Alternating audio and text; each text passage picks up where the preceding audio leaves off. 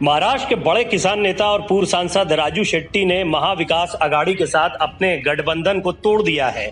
उन्होंने एक बड़ा झटका देते हुए स्वाभिमानी शेतकारी संगठना यानी स्वाभिमानी किसान संगठन का नाता आघाड़ी सरकार से तोड़ लिया। राजू शेट्टी के इस फैसले के बाद स्वाभिमानी शेतकारी संगठना महाविकास आघाड़ी से बाहर है। राजू शेट्टी ने इसकी घोषणा कोल्हापुर में संगठन की राज्य कार्यकारिणी की बैठक में की। महाविकास आघाड़ी से बाहर आने के फैसले के बाद उन्होंने राज्यपाल को भेजी गई नामांकित विधायकों की सूची में से अपना नाम हटाने का फैसला किया है। एमएलसी की सूची से अपना नाम हटाने की मांग को लेकर वे राज्यपाल से मिलने वाले हैं। उनके इस फैसले से महाविकास आघाड़ी की सरकार की स्थिरता पर तो कोई असर नहीं पड़ेगा, लेकिन जनता के मन में एक परसेप्शन बनाने में और मनोवैज्ञानिक प्रभाव डालने में फैसला जरूर काम आएगा। किसानों को ऐसा लगता है कि महाविकास आघाड़ी में उनकी पूछ नहीं है। दरअसल जिस वक्त महाराष्ट्र में बीजेपी और शिवसेना की सरकार थी, उस वक्त राजू शेट्टी फडणवीस सरकार में थे, लेकिन 2019 में जब महाविकास आघाड़ी की सरकार बनी तो वो बीजेपी छोड़ गए। उनका ये फैसला एक ऐसे समय पर आया है जब महाराष्ट्र की राजनीति में उथल पुथल चल रही है और बहुत मुमकिन है कि आने वाले दिनों में उद्धव ठाकरे की मुसीबतें और बढ़ें, क्योंकि बीजेपी के नेताओं का ये तक दावा है कि कांग्रेस के कई विधायक उनके संपर्क में हैं।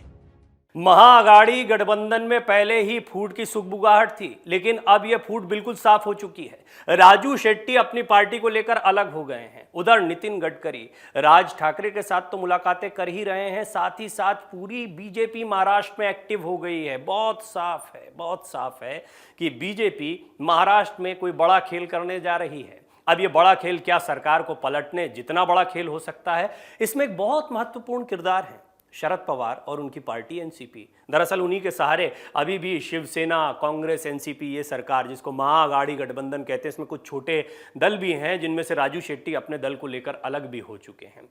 ये जो सरकार थी ये बड़ी बेमेल पहले से दिखाई दे रही थी, लेकिन क्या अब उद्धव ठाकरे की मुसीबतें इतनी बढ़ने वाली हैं कि उन्हें सरकार से ही हटना पड़ जाए? हालांकि वो भी अपने दांव खेल रहे होंगे। एक समय आपको याद होगा जब सरकार बनते बनते देवेंद्र फडणवीस ने दावा ठोक दिया था कि वो सरकार बनाने जा रहे हैं, अजीत पवार उनके साथ में आ गए। तो ये महाराष्ट्र की राजनीति में खास तौर पर जब इतने सारे कोण हो राजनीति के, कुछ भी कहना बड़ा मुश्किल होता है। बहरहाल अब जब नितिन गडकरी बहुत एक्टिव दिखाई दे रहे हैं, देवेंद्र फडणवीस पहले से बहुत एक्टिव हैं, ये तो साफ है कि बीजेपी की कोशिशें हैं कि किसी तरह से सरकार गिरे और बीजेपी की सरकार आए या बीजेपी समर्थन देकर किसी की सरकार बनाए। बहुत सारी संभावनाएं हैं जो महाराष्ट्र में देखने को मिल रही हैं। पंजाब में शिरोमणि अकाली दल से अलग होने के बाद बीजेपी ने खुद को खड़ा करने की कोशिश की, लेकिन नहीं हो पाए। कितना कुछ सीख पाएंगे महाराष्ट्र में? क्या शिवसेना बीजेपी साथ में आ सकते हैं? ये एक बड़ा कॉम्बिनेशन हो सकता है, क्योंकि जैसा मैंने कहा कि पहले से ही ये जो महाराष्ट्र की सरकार है बेमेल सी दिखाई दे रही थी। तो क्या एक बार फिर बीजेपी शिवसेना का मेल होगा या बीजेपी किसी और का समर्थन करती है या कोई और बीजेपी का समर्थन करता है? ये बहुत सारी चीजें हैं जो अब महाराष्ट्र की राजनीति में चर्चा का विषय बन गई है। महाराष्ट्र में लगातार केंद्रीय मंत्री नितिन गडकरी भी सक्रिय दिखाई दे रहे हैं और इससे भी सवाल गहराने लगे हैं कि क्या उद्धव ठाकरे की मुसीबतें बढ़ने वाली हैं। दरअसल महाराष्ट्र में शिवसेना, एनसीपी और कांग्रेस के गठबंधन की महाविकास आघाड़ी की सरकार है, लेकिन इसमें दरारों की खबरें लगातार आ रही हैं। इस बीच में भारतीय जनता पार्टी एक्टिव हो गई है।